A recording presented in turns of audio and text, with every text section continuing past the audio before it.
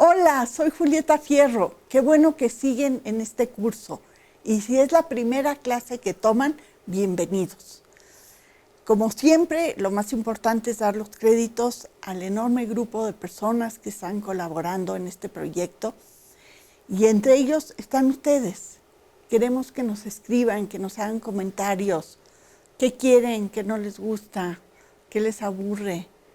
En fin, porque solo así vamos a construir un buen curso. Hoy les voy a platicar sobre la Luna, nuestro satélite natural de mayor tamaño.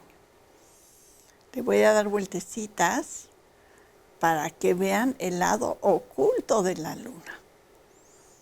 Y como ven, es muy diferente al lado que vemos. El lado que vemos tiene zonas grises muy extendidas y el otro lado está bien cacarizo. Y ahora vamos a ver por qué. Como les decía, la Luna es nuestro mayor satélite. De vez en cuando hay pequeños mundos que se acercan a la Luna o a la Tierra y pueden ser satélites temporales de nuestro mundo. De hecho, ahora hay un objeto que tiene una órbita en forma de haba que se mueve por detrás de la Luna y luego se acerca al Sol, que se llama TO 1986, que para todo fin práctico podría definirse como un satélite compartido entre el Sol y nosotros. Pero pronto caerá al Sol y ya no lo vamos a tener. Además tenemos miles de satélites artificiales. Podríamos imaginar que aquí tengo un objeto cualquiera que quiero poner en órbita y si lo aviento, llega a cierta distancia y después se cae. Si yo lo aventara mucho más rápido, llegaría más lejos. Y si yo fuera muy poderosa, podría aventarlo tan lejos que llegaría a la orilla de la Tierra. Y tendería a caer y a caer y a caer y se volvería un satélite de la Tierra. Pues justamente esos son los satélites artificiales. Los ponemos en órbita a una velocidad tal que quedan girando, como cayendo continuamente para tratar de llegar al fondo de un barranco y nunca lo logran y están orbitando alrededor de nuestro mundo. Esta idea la tuvo Newton, pero se puso en práctica hasta el siglo pasado. Estos satélites artificiales constituyen lo que se llama la chatarra espacial.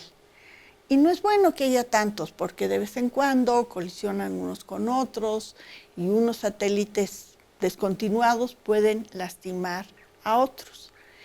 En principio, la reglamentación internacional obliga a los satélites, cuando ya les queda muy poquito combustible, a aventarlos hacia la Tierra para que se desintegren porque se friccionan con la atmósfera o mandarlos lejos del sistema solar.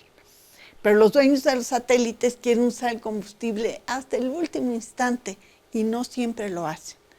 Y además algunos satélites desprenden partículas, tornillos, en fin, una serie de objetos, paneles, que se quedan ahí como chatarra. Y por supuesto están todos los satélites militares, que no sabemos exactamente dónde están. Pero en fin, estamos defendiendo la limpieza del espacio. Yo he estado en Viena, en las Naciones Unidas, para tratar de convencer a las autoridades que es muy importante no dejar en órbita tantísima chatarra espacial. La Luna, para los mexicas, parecía un conejo. Las partes oscuras, como habíamos visto en la clase de Mesoamérica, les parecía un conejo que estaba dentro de una vasija. Y yo les sugiero que cuando vayan a algún museo de antropología y estén los códices mesoamericanos, los vean y traten de descubrir a tantísimas lunas que están ahí. O si van al Museo del Templo Mayor, recuerden que la Coyolxauhqui era una deidad lunar y el hermano la descuartizó y ella dio origen a todas las estrellas. Por desgracia, México no quiere ser el ombligo de la Luna. Ya sé que está en las páginas de internet, si buscan la etimología, pero mis compañeros de la Academia de la Lengua, que son nahuatlatos, me dicen que no tiene nada que ver, que hemos modificado mucho las palabras que decimos, pronunciamos en náhuatl y ya es otra cosa, y que probablemente venga del pueblo mexica, que es el que dominó el altiplano de México. La Luna es mucho más pequeña que la Tierra. El diámetro es 17% del diámetro terrestre. Y de chiripa, la distancia entre la punta noroeste de México y el extremo sureste es del mismo diámetro que la Luna.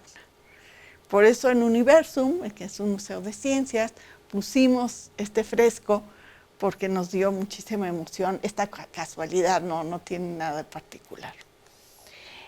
Como vimos durante la clase de Galileo, vimos que las fases de la Luna son los días y las noches de la Luna vistos desde la Tierra.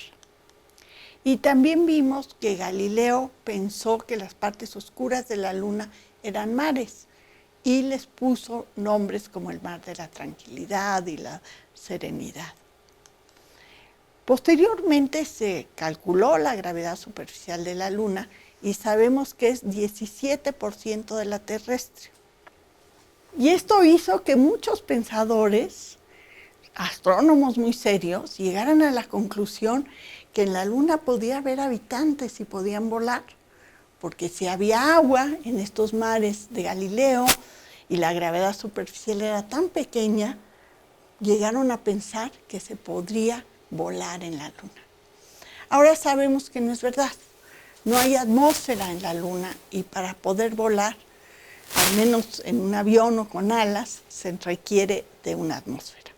Nuestra Luna es mucho más grande con respecto a la Tierra que otros satélites respecto a sus mundos. Aunque hay satélites más grandes que nuestra Luna en el sistema solar, como algunos de Júpiter o de Saturno, respecto de su mundo, pues son rocas muy pequeñitas. En cambio, nuestra Luna es muy grande. Y esto pues, nos hace tratar de entender por qué es tan grande a diferencia de otros satélites. Podemos ver la Tierra desde la Luna. Se ve, como seguramente han visto en las imágenes de los libros, como un mundo muy azul. Y de vez en cuando la Tierra pasa delante del Sol, visto desde la Luna, no llega a eclipsar al Sol totalmente porque su diámetro aparente es demasiado pequeño, y lo que sucede es lo que se llama un tránsito.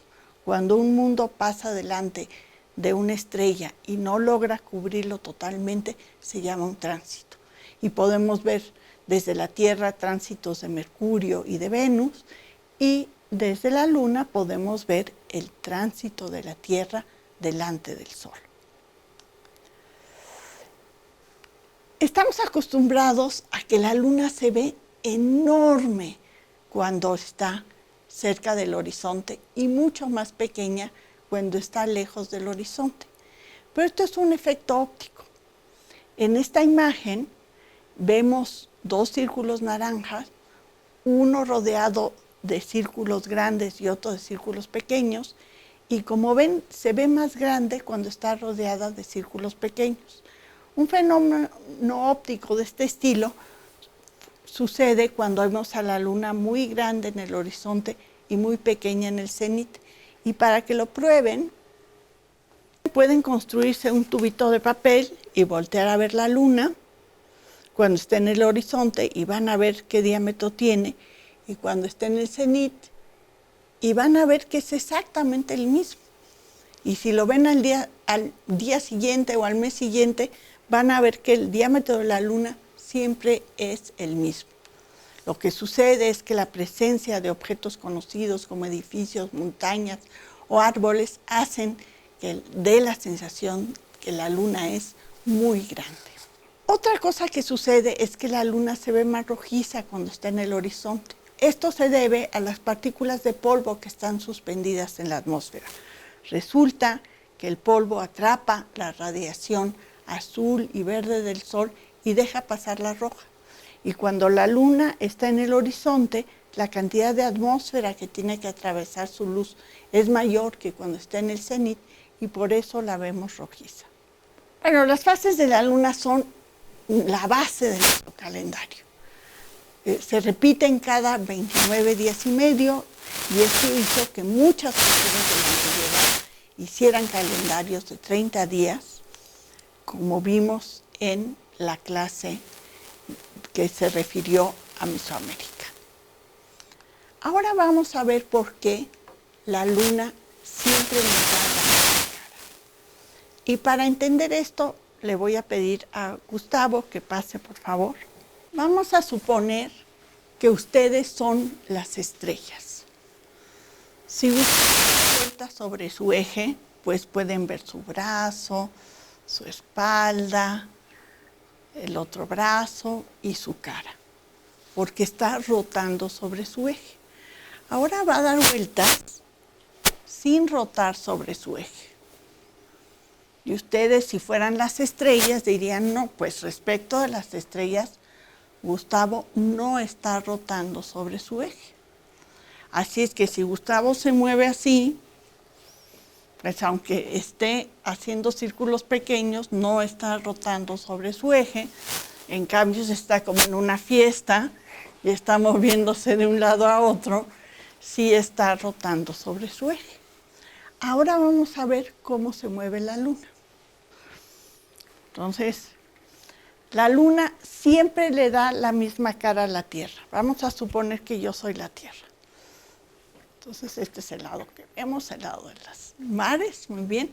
Entonces, empieza a girar alrededor mío, siempre dándome la misma cara. ¿Qué es lo que sucede? ¿Ustedes ven el costado de Santiago? Sí. ¿La espalda? Sí.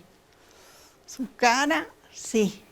Quiere decir que Santiago sí está girando sobre su eje respecto de ustedes. Y además se está trasladando alrededor mío. El periodo de rotación y de traslación de Santiago es el mismo. Y por eso la luna siempre me da la misma cara y él siempre me da el mismo costado.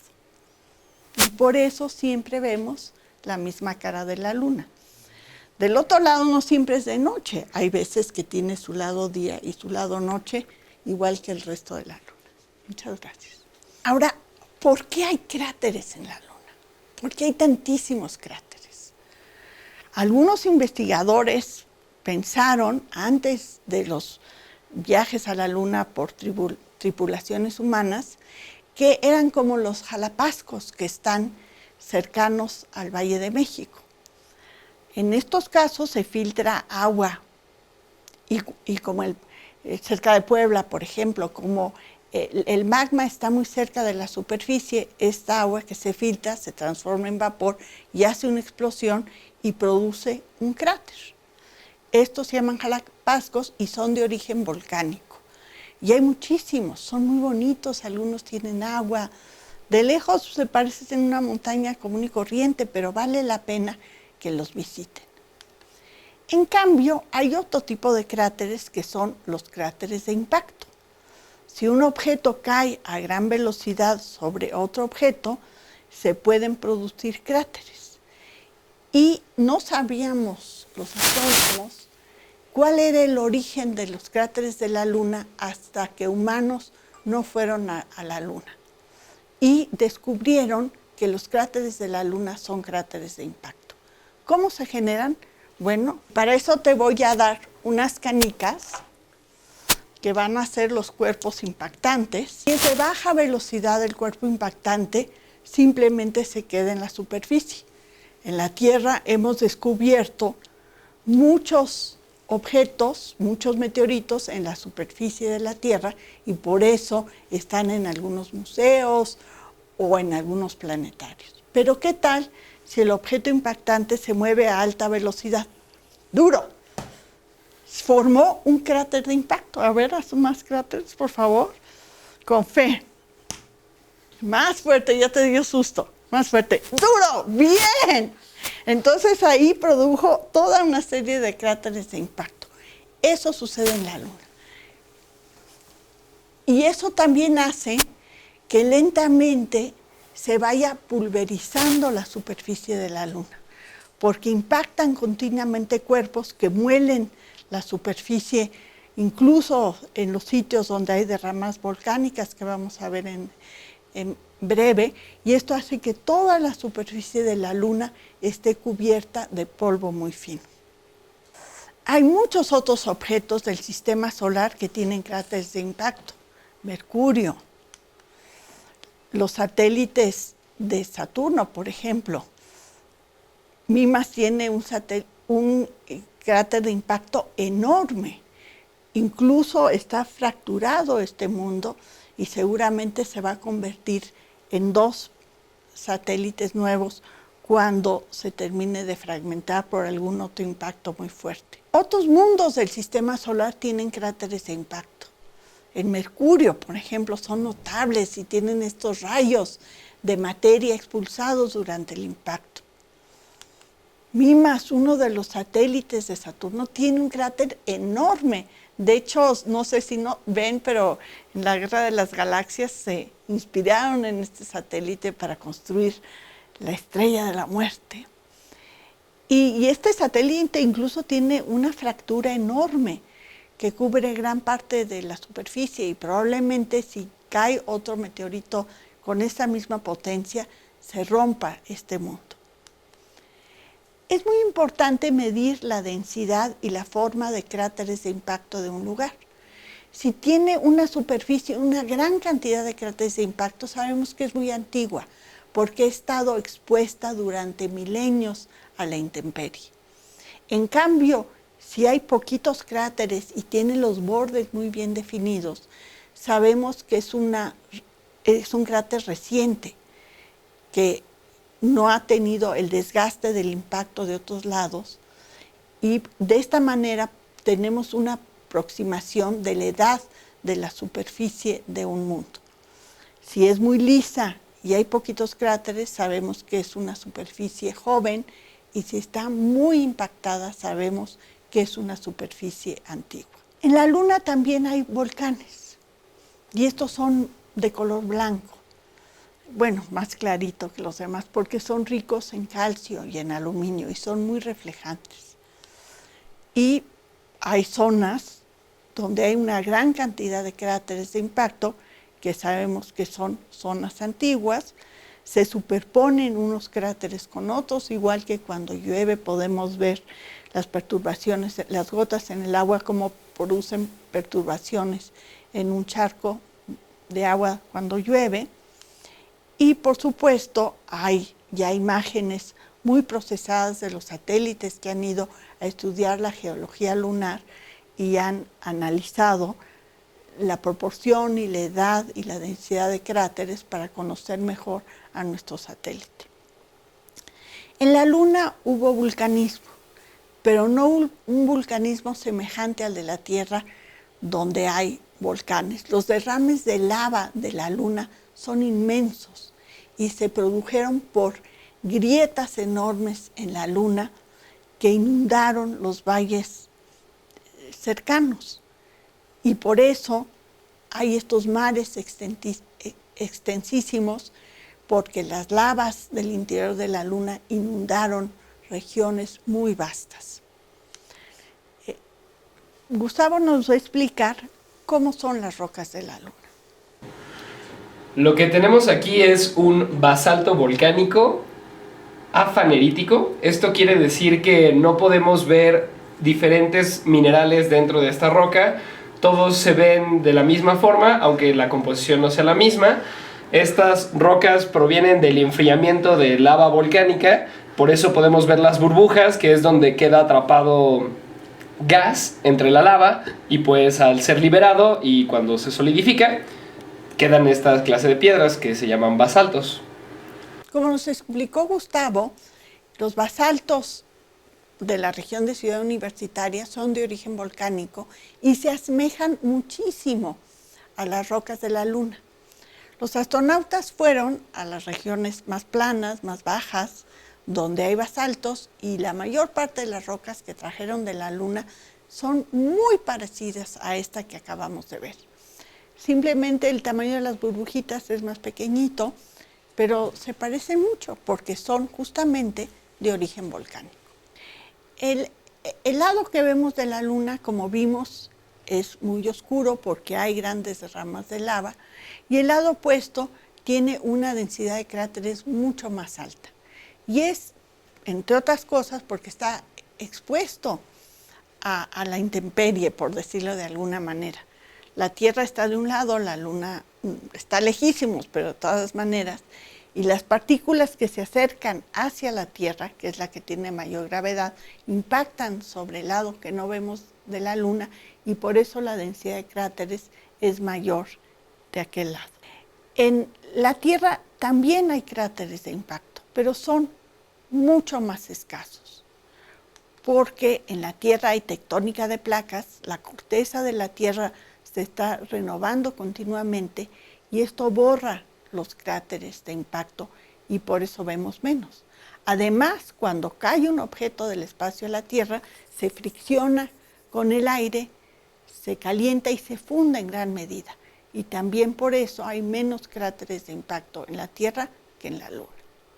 Claro que de repente hay unos cráteres de impacto tremendos, como el de Chicxulub, donde cayó un asteroide de gran tamaño en lo que es ahora la península de Yucatán y arrojó mucho material al espacio, pulverizado, que se repartió en la atmósfera terrestre e impidió que entrara la luz del sol, y por eso se murieron las plantas que comían los grandes dinosaurios herbívoros, y esto hizo que los grandes dinosaurios carnívoros también murieran.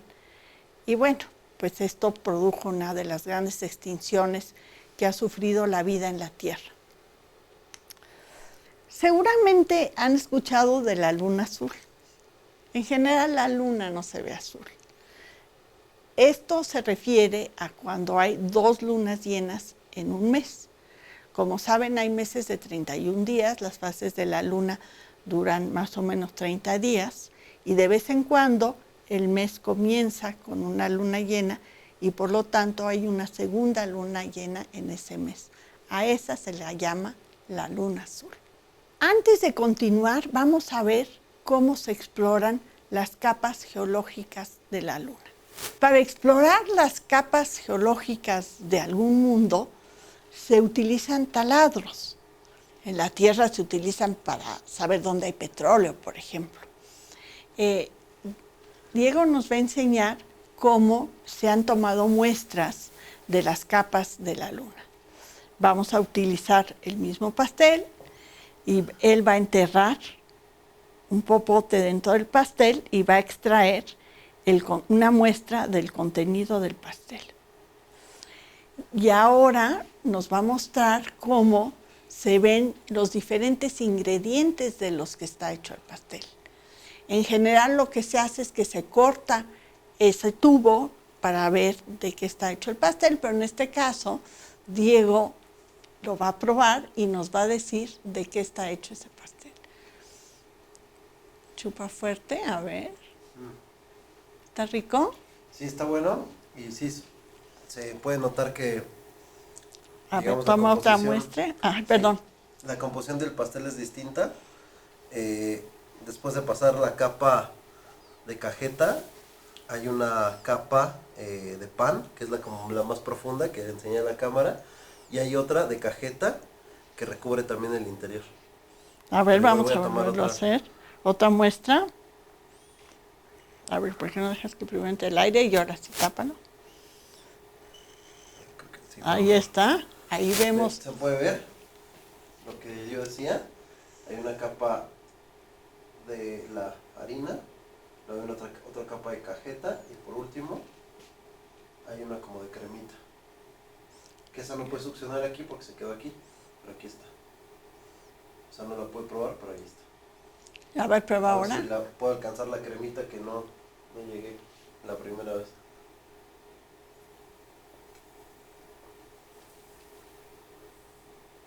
No se deja. Esta se atoró más que la otra. Pero sí, ahí se ve la composición. Yo lo que pude probar fue aquí, la capa de la harina, digamos, como del pan, la de cajeta, y la que quedó por probar fue la de cremita que está ahí. O sea, se puede ver que es como una tricapa ahí, ¿no? Los impactos entre mundos son comunes y lo fueron más en el pasado, porque el sistema solar cuando se formó tenía más materia en un disco y esta materia se fue aglomerando para formar los mundos. En el caso de la Luna, se piensa que existía otro mundo muy parecido a Marte en la vecindad de la Tierra. Y hace unos 13.800 millones de años, este mundo colisionó contra la Tierra. Se desintegró y aventó partículas al espacio que formaron un anillo alrededor de la Tierra. Poco a poco este anillo se fue aglomerando, las partículas sólidas, las rocas de este anillo se fueron aglomerando y formaron a la Luna. ¿Por qué pensamos esto? Primero, porque la Luna es más joven que la Tierra. Quiere decir que su formación fue más reciente. Y en segundo lugar, porque la composición química de la Luna se asemeja muchísimo a Marte. Y además es muy grande respecto de la Tierra en comparación con otros mundos. Ahora, este tipo de modelos a los científicos no les gusta mucho. Preferimos modelos elegantes, sencillos. Las leyes de Newton nos gustan mucho, las de Einstein. En cambio, esto de que un mundo vino y chocó contra la Tierra y rebotó y se hizo el anillo y se hizo la Luna, no nos gusta mucho. Pero de todas las teorías de formación de la Luna, es la que mejor ajusta a la información que tenemos. La Luna es responsable de las mareas en la Tierra y Santiago nos va a ayudar a entender qué son las mareas. Aquí tenemos un globo que representa una salchicha voladora y vamos a suponer que este dulcecito es un hoyo negro. La salchicha voladora va por el universo, Entonces, a ver, muy bien. Entonces, ¿qué le pasa a la salchicha voladora? Cuando llega cerca del hoyo negro, que tiene una gravedad enorme, este pedazo de la salchicha voladora casi no siente atracción gravitacional porque está lejísimos del hoyo negro. En cambio, este lado siente una enorme atracción porque está muy cerca y le pasa exactamente lo que está mostrándonos Santiago. La salchicha voladora se estira. Ahora vamos a pasar al caso de las mareas terrestres. Entonces aquí tienes a la Tierra y vamos a suponer que en este caso la salchicha voladora son los mares de la Tierra. Y aquí tenemos a la Luna. Cuando la Tierra está en esta posición, los mares se abomban tanto en la dirección de la Luna como en la dirección opuesta, porque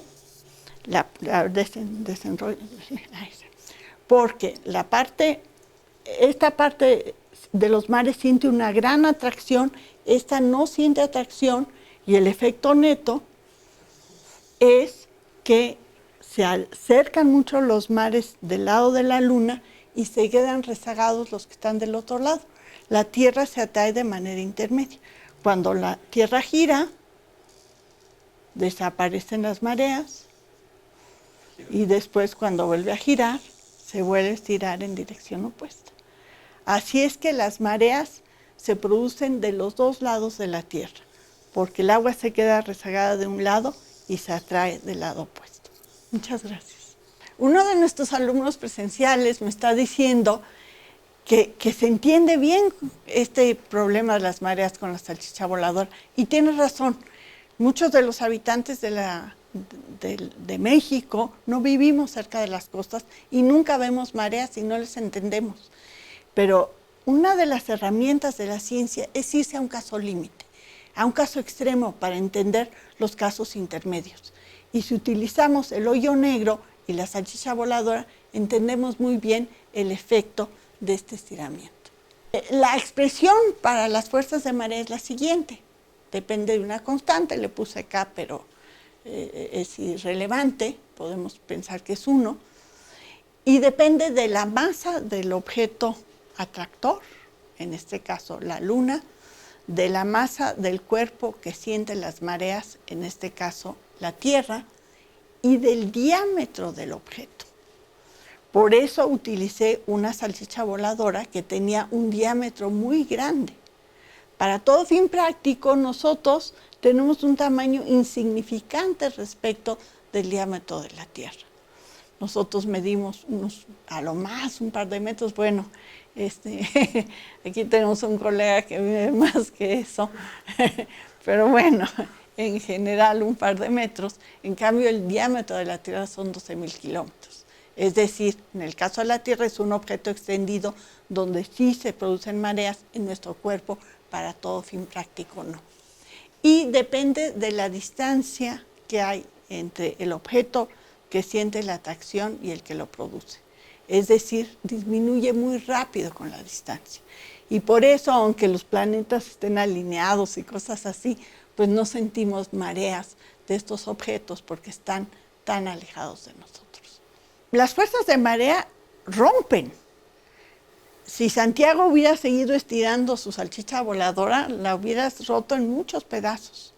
Y esto sucede cuando un objeto alargado se acerca a algún satélite. En este caso, un cometa se acercó mucho a la Luna, se rompió y cayó sobre la Luna, y por eso produjo esa serie de cráteres alineados sobre la superficie lunar. Han ido personas a la Luna. Este proyecto fue un proyecto político, básicamente, durante la Guerra Fría, donde estaban confrontados los Estados Unidos con la Unión Soviética, pues cada nación quería mostrar su poderío. Y una manera que hicieron los norteamericanos fue ir a la Luna. Solamente en la última misión, en el Apolo 2, solamente en la última misión, la que se llamó Apolo 17, fue un geólogo. Todo el resto de los tripulantes que fueron a la Luna fueron militares, porque el objetivo era demostrar el poderío norteamericano. Y después de esa misión Apolo 17 se suspendieron las misiones a la Luna, porque en realidad ya se había pasado de moda esto de que fueran los astronautas, y es una lástima porque las primeras rocas que trajeron los militares de la Luna pues no tenían chiste, porque ellos no distinguían entre una roca y otra. Es más, las sacaron y las expusieron, se oxidaron rápidamente y no sirvieron para estudiar realmente la superficie lunar. Posteriormente ya las pusieron en contenedores con nitrógeno, que es un gas inerte, y ya se pudo estudiar el contenido de las rocas lunares y, entre otras cosas, conocer la edad de la Luna, y por eso tenemos esta teoría de formación de la Luna.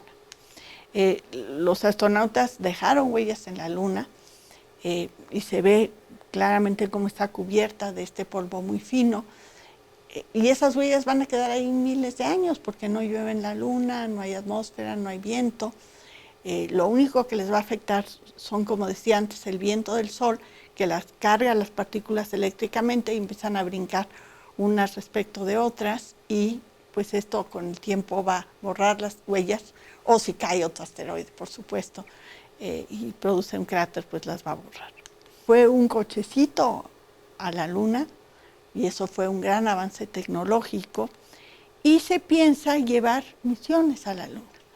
Resulta que en las regiones polares hay impactos de cometas que están compuestos básicamente de diferentes hielos, y hay hielo de agua ahí. Y una de las dificultades en llevar tripulaciones a otros mundos es sobrevivir. Como les he mencionado en alguna otra clase, para sacar 1 kilo de lo que sea de la Tierra y llevarlo al espacio, se requieren 1000 kilos de combustible. Así es que el no tener que llevar agua a la Luna para poner misiones allá, pues es muy importante. Aquí está, por ejemplo, un mapa donde se muestra dónde hay un impacto de cometa en la Luna. El sueño de los astrónomos es poner radiotelescopios en los cráteres de la Luna. Sería fantástico poder observar desde ella, pero todavía estamos muy lejos de eso. La importancia de llevar misiones humanas a la Luna y que vivan allá radica en que tenemos ganas de llevar misiones a Marte. Y es un buen ensayo llevar personas a la Luna y ver qué dificultades tienen y ensayar ahí. Ya para terminar, les quiero leer un poema, no soy buena leyendo. La Luna se puede tomar en cucharadas o como una cápsula cada 2 horas. Es buena como hipnótico y sedante, y también alivia a los que se han intoxicado de filosofía. Un pedazo de la Luna en el bolsillo es mejor amuleto que la pata de conejo. Sirve para encontrar a quien se ama, para ser rico sin que nadie lo sepa, y para alejar a los médicos y a las clínicas. Se puede dar de postre a los niños cuando se han dormido, y unas gotas de luna en los ojos de los ancianos ayuda a bien morir. Bueno, acuérdense que la ciencia tiene que ser dulce. Hagan la tarea, está en internet. Ahorita no interrumpí ni les dejé tarea en la clase para que volteen a ver al cielo y vean a la luna.